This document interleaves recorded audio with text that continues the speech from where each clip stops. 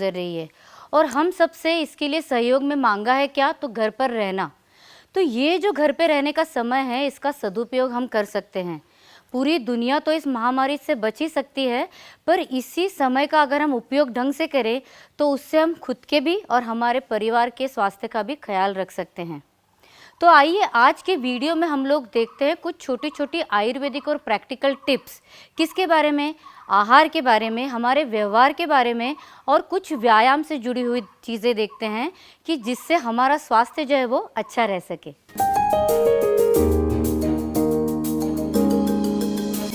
शरीर की इम्यूनिटी अच्छी रहे, इसके लिए बैलेंस्ड आहार लेना, खाना लेना बहुत ज़रूरी है। उसी के लिए हमें रोज़ खाने में दाल, चावल, रोटी, सब्ज़ी, फ्रेश फ्रूट्स और सैलेड जो है वो लेना बहुत ज़रूरी है। ठंडी चीज़ें, फ्रोज़न चीज़ें बिल्कुल मत खाइए। वैसे भी जब हमें थ्रोट की और हमारे रेस्पिरेटरी सिस्टम की जो केयर है वो लेनी है, तो ऐसे वक्त में ठंडी चीज़ें वैसे भी नहीं रखनी चाहिए। दिन भर में जमे वैसे आप गरम चाय, गरम पानी ये बीच बीच में लेते रहिए। अगर गलती से कुछ ठंडी चीज़ खाने में आ भी जाए तो उसके बाद आधा कप गरम पानी या आधा कप गरम चाय जो है वो पीना बिल्कुल ना भूलें। हमारे घर के मसाले अगर हम अलग अलग तरीके के देखेंगे तो उससे भी हमारे रेस्पिरेटरी सिस्टम को मदद जो है ज़रूर होती है। तो देखिए, सब्ज़ी या दाल बनाते वक्त अगर जमे तो आप गार्लिक यूज़ कर सकते हैं, आप हींग यूज़ कर सकते हैं, आप पुदीना यूज़ कर सकते हैं।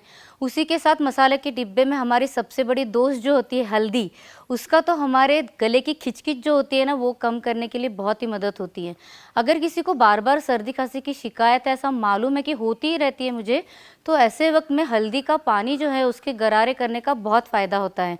तो आइए सबसे पहले देख लेते हैं कि हल्दी का पानी सही तरीके से कैसे बनाना है। हल्दी का पानी बनाने के लिए हमें लगेगा 1 गिलास गर्म पानी।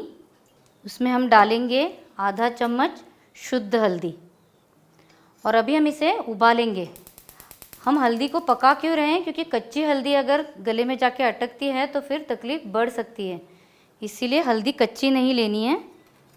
और इसी में हम डाल देंगे स्वाद के अनुसार सेंधा नमक और अभी हम इसे 2 से 3 मिनट तक अच्छा उबालेंगे। हल्दी और नमक का ये जो कॉम्बिनेशन है ये आयुर्वेद के हिसाब से कफ का छेदन करने में मदद करता है। और ये हमारा हल्दी का पानी अभी तैयार है, इसे छान लेंगे।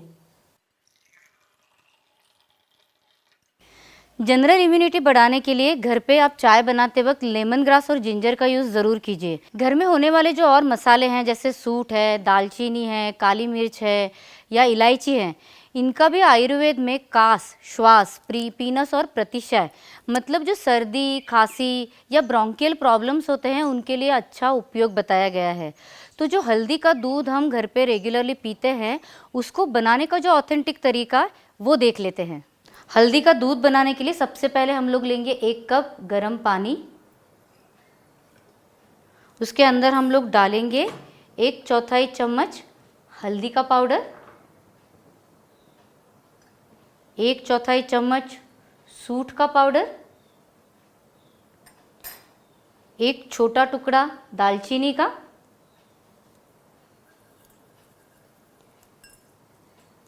थोड़े से इलायची के दाने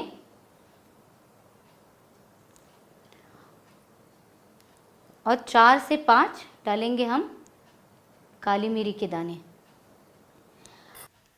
ये सब चीज़ें हम पानी में डालकर इसलिए उबाल रहे हैं क्योंकि हमें इन वनस्पतियों का सार चाहिए। तो ये पानी जब हम उबालेंगे और इसका आधा होने तक रुकेंगे, मतलब 1 कप पानी उसका आधा कप हो जाएगा, तो इसका काढ़ा तैयार हो जाता है जिससे सारा सार जो है वनस्पतियों का वो हमें मिल सकता है। इसकी बजाय जो हम जनरली बाहर प्रोसीजर देखते हैं कि दूध में डालकर ये वनस्पतियाँ उबाली जाती हैं, तो फिर दूध भी गाढ़ा हो जाता है ज़्यादा उबलने के कारण, इसलिए पचता भी नहीं है अच्छे से और वनस्पतियों का सार भी है वो भी अच्छी तरीके से दूध में नहीं आ सकता है। अभी एक बड़े बर्तन में 1 कप गरम दूध लीजिए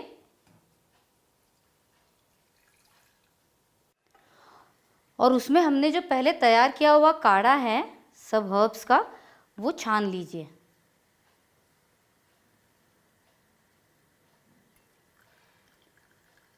ये अभी स्पेशल समय है इसलिए ये सब चीज़ें डाल के हमें दूध बनाना है।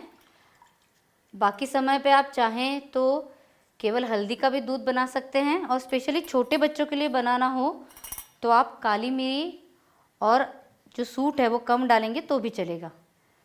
अभी हम इस दूध को उबालेंगे जब तक कि काढ़े का जितना पानी है वो पूरा उड़ न जाए। मतलब अभी 1 कप दूध और आधा कप पानी मिलके 1.5 कप जो अभी बर्तन में है, उसकी बजाय हमें केवल 1 कप बचाना है।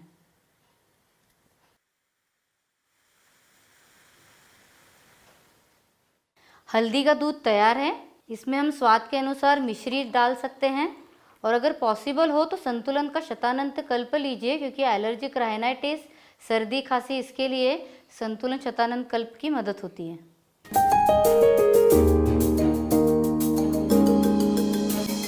इम्यूनिटी स्ट्रांग रहने के लिए नींद का पर्याप्त मात्रा में होना जितना ज़रूरी है, उतना ही ज़रूरी है समय पर सोना भी। अभी घर पर है, सुबह उठकर कहीं जाना नहीं है, इसीलिए मैं रात को देर से सो सकता हूँ या टीवी देखता हूँ। इस तरह की गलती बिल्कुल मत कीजिए, क्योंकि उससे इम्यूनिटी जो है वो कम होने लगती है। उसी के साथ ज़रूरी होता है ऐसे समय में लोगों से दूर रहना। देखिए, सोशल डिस्टेंसिंग तो हमें बताया ही गया है, पर आयुर्वेद के अनुसार भी अगर किसी व्यक्ति को किसी प्रकार की भी सर्दी खांसी की तकलीफ हो रही हो, तो ऐसे व्यक्ति से दूर रहना ही अच्छा होता है। एक थाली में खाना खाने से या पानी पीने से, एक साथ रहने से, एक दूसरे के कपड़े यूज़ करने से, इस तरह की कोई भी बीमारी जो है वो फैलती है। तो प्लीज़ सोशल डिस्टेंसिंग जो है वो प्लीज़ फॉलो कीजिएगा। घर में अगर किसी को सर्दी हो तो सफाई का ध्यान पक्का रखिए, मास्क पहनिए, रुमाल का यूज़ कीजिए, हाथ बार बार धोइए। तो ये सब चीज़ें जो हैं बिल्कुल ध्यान रखना ज़रूरी है, क्योंकि गवर्नमेंट की तरफ से भी इसके लिए बहुत से आपके लिए जो एडवाइसेस है वो आई हुई हैं, तो प्लीज़ उसका भी पालन जो है वो ज़रूर कीजिएगा। आयुर्वेद के अनुसार घर में नियमित धूप करने का भी फ़ायदा जो है हमें मिल सकता है, तो इसके लिए डॉक्टर श्री बालाजी तांबे का जो एंटीवायरल धूप का वीडियो है उसका भी लिंक डिस्क्रिप्शन में दिया हुआ है, तो वो भी देख सकते हैं।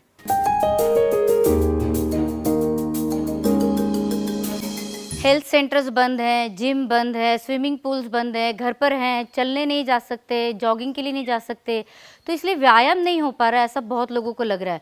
तो देखिए, घर पे भी व्यायाम कर सकते हैं। योगा हमारे भारत की इतनी बड़ी देन है, वो हमारे स्वास्थ्य को अच्छा रखने के लिए पक्का मदद कर सकती है।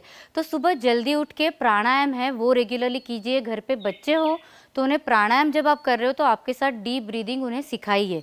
साथ ही में अगर चलना हो तो घर पे भी आप डाइनिंग टेबल जो है उसके आसपास चल सकते हैं, या किचन से लिविंग रूम तक, लिविंग रूम से वापस किचन तक चलना हो तो इंसान को जगह की कमी कहाँ है।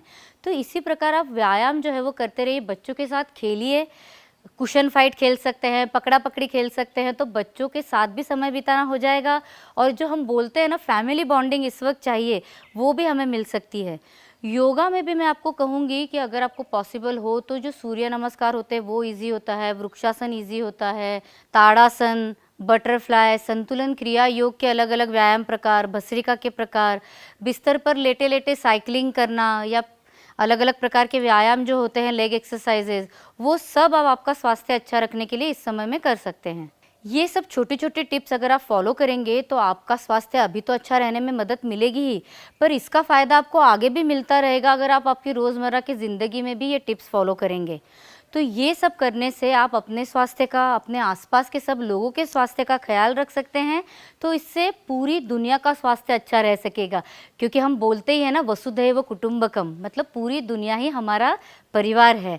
तो इसीलिए इस संकट की घड़ी में आइए सब डिसिप्लिन प्रॉपरली फॉलो करें, ताकि हम भी स्वस्थ रहें और पूरी दुनिया भी स्वस्थ रह सके।